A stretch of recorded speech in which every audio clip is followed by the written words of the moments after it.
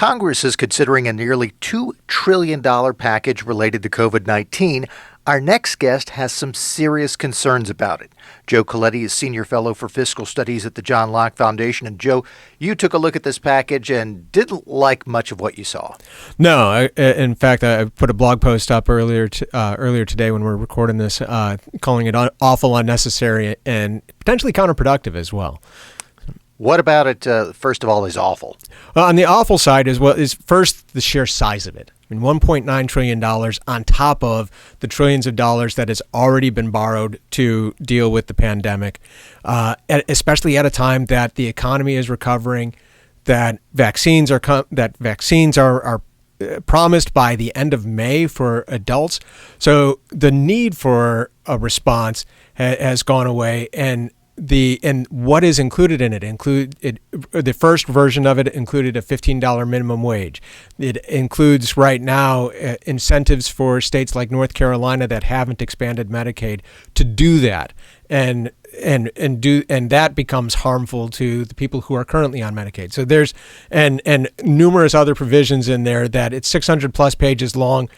That Senator Ron Johnson from Wisconsin has had read on the floor, and that's taken 5 or 6 hours on itself. So you never get good from Congress to begin with, and then you add, especially when you get something that's 600 pages long. You may reference the fact that we've already had some relief packages go through Congress because we've been dealing with this for basically a year. At this point, you make the argument in the blog post that we could have much more targeted relief if relief is needed.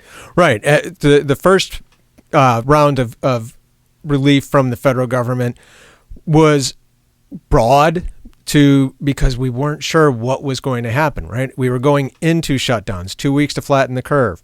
And the goal of those was to deal with potential downside risk from everything being closed. So how do you take care of businesses, and how do you take care of people who are unemployed? What do you do with states and local governments who you're pretty sure are not going to receive money because you've just shut down the economy?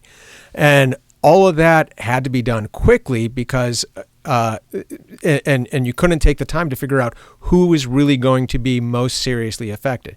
We're a year into this 2 weeks of shutdown, and now we know that which industries are most affected. We know that most states are actually in good shape, especially after the first batch of money from the federal government. Then North Carolina and 6 other states have collected more revenue than we otherwise would have. So if there is a need, and the case for that grows weaker every day, you can target who it is, which industries, which businesses, and even which states and cities were most affected, and you can put the money there, and you could wait on that a little bit longer even, so that you can get that final, a clearer picture as we come out of all of this.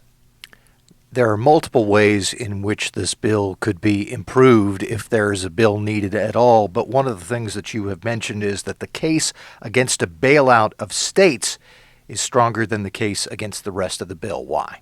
Well, as I mentioned, the states are in better shape. The reduction, the shortfall that was anticipated as recently as May of last year, by September it was looking like states were going to be in better shape, and that keeps improving as income taxes especially are growing.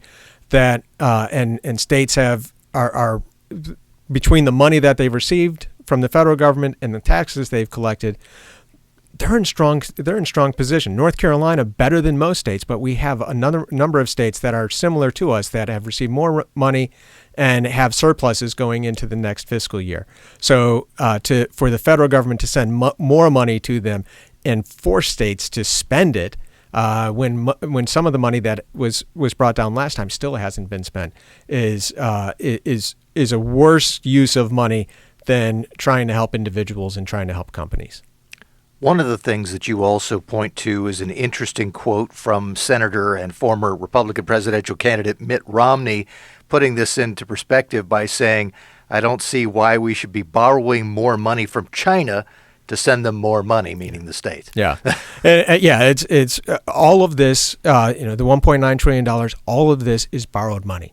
that, and we've made the point before when it comes to Medicaid expansion that proponents of Medicaid expansion say we've been sending money to other states, but every dollar that is spent by the federal government at this point is new. Any dollar that is new is borrowed from someplace, and so that means we're borrowing it from China, and it's not us, but our kids and our grandkids that are going to be paying it back because we've accumulated so much debt. So is the answer now for the Senate to not do anything, or if they are going to do something, make drastic changes? The ideal would be that they don't do anything, and set aside that and not borrow another $1.9 trillion and see where, if there is in the future a need to respond to concerns that and an actual harm that's going on for those who are still left shut down and whose industries are adversely affected by the continuing effects of all of this. But given that that's probably not going to happen, the best bet for senators, especially those who have a voice at this point, which is a handful of moderate Democrats and Republicans like Mitt Romney, to look at what are the pieces that we can trim out of this. The $350 billion for state and local governments. They already took out the minimum wage increase that the House had. Let's remove the Medicaid expansion package. Some of those things, take those pieces out and get this down to as small as possible, given that something is very likely going to pass this weekend. Joe Coletti is Senior Fellow for Fiscal Studies at the John Locke Foundation. Joe, thanks so much. Thanks, Mitch.